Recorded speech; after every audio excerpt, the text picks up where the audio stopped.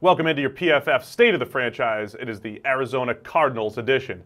Sam, the Cardinals were without a quarterback for a little bit, but literally. they Nobody in the building. Byron Leftwich, the quarterback coach, what was he even doing?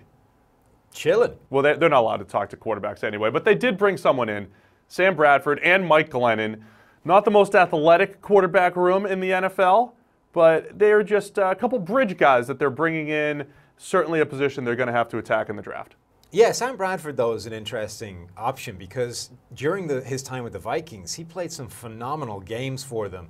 It's just that you couldn't rely on him staying healthy for any extended period of time. Week 1 of the 2017 season, he was absolutely fantastic against the New Orleans Saints. Came out of that game looking fine, only to it emerged that he had a knee injury. And that was only supposed to keep him out for a few weeks, kept him out basically the entire season, but for one brief cameo, one-legged Sam Bradford goes back on the field and looks disastrous, has to be pulled and shut down for the year.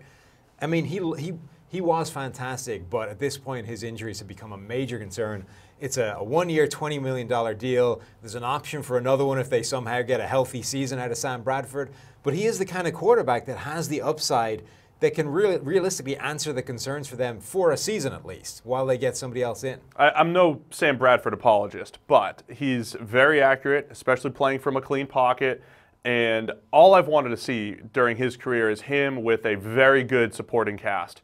This does not feel like the situation that is perfect for him, especially behind this offensive line that's had major issues protecting the quarterback. Don't think this is the year where Bradford has that breakout 10 years into his career. Well, this is now Sam Bradford throwing every pass towards Larry Fitzgerald and hoping he can get them out of his hand before the offensive line kills him. All right, well, we'll talk about the draft in a minute and what their potential options might be, but this has gone from a team just a couple years removed from an NFC conference title berth and Carson Palmer looking great back in 2015, maybe the best receiving core in the entire NFL. Now the receivers completely getting revamped. The defensive side of the ball, I think one of the more fascinating defenses in the NFL because it seems like it's a whole bunch of hybrid players, guys that can do a whole bunch of different things. So there's some intrigue and upside there, but still major question marks at cornerback. Where does this roster stand right now, and what else do we have to look to in the draft beyond QB? I don't think it's a great-looking roster, and it's a team that's changing scheme rather dramatically, especially on offense. Which most offenses in the NFL are more or less the same. There are tweaks here and there, but they run very similar things. The Cardinals under Bruce Arians had a legitimately rare NFL offense. They were a throwback to the time where everybody was throwing deep down the field. It was a low percentage, high gain offense, and that was how they were successful when they got Carson Palmer playing to the best of his abilities. Now they have to change, and they have to adapt to an NFL that throws more horizontal, throws more high percentage stuff, slower or closer to the line of scrimmage. The offensive line has to adjust to these shorter drops from under center. It's going to be a big change for them, but one that might actually play to their strengths, or at least make life easier for that offensive line that doesn't have to block for these 7-step drops, long developing pass plays anymore. They can take the advantage of some of these 3-step drop, quick passing game. Sam Bradford there as well to increase the accuracy and the efficiency of that kind of game. Big changes for Arizona, but that overall roster does not look in fantastic shape on paper. Yeah, so they bring in Justin Pugh, right now probably slated to play some right guard. He could play some right tackle.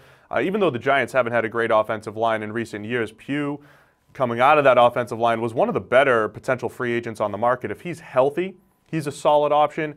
Tackle still a major question mark. DJ Humphries at left tackle. They bring in Andre Smith potentially to be the right tackle, so we still have holes there. So let's get right to the draft. We have to fill these holes. We have quarterback, we have tackle, and then that number 2 cornerback spot opposite Patrick Peterson. It pretty much has to be a quarterback, but they're sitting there at 15. How are they going to maneuver this whole draft where there might be 4 quarterbacks going off the board in the top 10? It's going to be tough because we'll talk about these quarterbacks as if they're just interchangeable pieces, on different quality, but everyone views them the same. Realistically, every NFL team views these quarterbacks in a completely different light. Some are going to have the number 6 guy on somebody else's board as their top quarterback, and vice versa, all the way down the draft. So at 15, the Cardinals could find all of their favorite quarterbacks, all of the guys they think are viable franchise quarterbacks off the board by the time they pick, or they could be in a perfect position to be able to pick up one of the two guys that everybody else appears to be sleeping on. We just don't know how they view those guys. So I think at this point, we think it's going to be Baker Mayfield, Sam Darnold, Josh Rosen, and Josh Allen off the board by the time the Cardinals pick. So assuming they're not moving up for one of those guys, we have Mason Rudolph out of Oklahoma State, and we have Lamar Jackson out of Louisville, guys that, a lot of people say are first rounders, other people say are second or third rounders.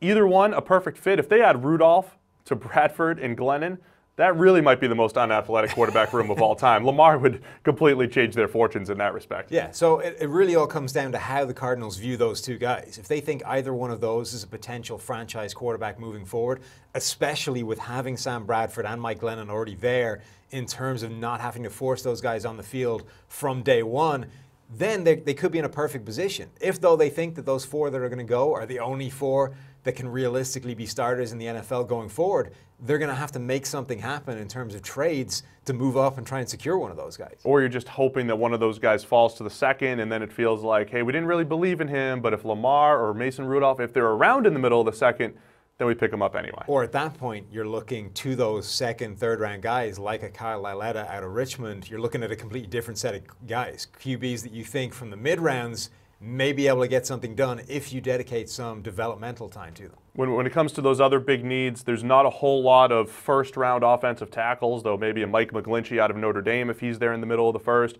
We're big fans of Connor Williams out of Texas. Some of the league believes that he's more of a guard, so that might not be the position. What about corner? For first-round corners, we have 3 first-round grades. Josh Jackson out of Iowa, Minkah Fitzpatrick out of Alabama, Denzel Ward out of Ohio State. Any of those guys just fit as that guy opposite Patrick Peterson? Yeah, I don't think they would take Minkah Fitzpatrick to do that. I think his role is more like what they have already in Budda Baker and what they let walk in Tyrann Mathieu, a guy that can do everything from that slot, play some outside, play some safety, do everything you want him to do. They're looking for a more traditional perimeter cornerback, a guy like Denzel Ward or Josh Jackson that can play opposite Patrick Peterson. The guy I think that would really be a perfect fit if they can get him at that point would be Josh Jackson, because he has that ball-playing, ball hawk, game-breaking kind of style, and he's going to see a ton of targets because anybody playing opposite Patrick Peterson does. So instead of a guy who can shut down his side of the field, you want a guy that's going to pick the ball off and going to take some of those multitude of targets and turn them into interceptions, turnover plays, and actually benefit your defense that way. Even if he's going to give up some plays, I think Josh Jackson is the perfect guy for that role. I like it. That is your Arizona Cardinals state of the franchise. Still have some major question marks: tackle, cornerback, and of course QB. The draft is going to be huge for the Cardinals. It's been all powered by PFF Elite.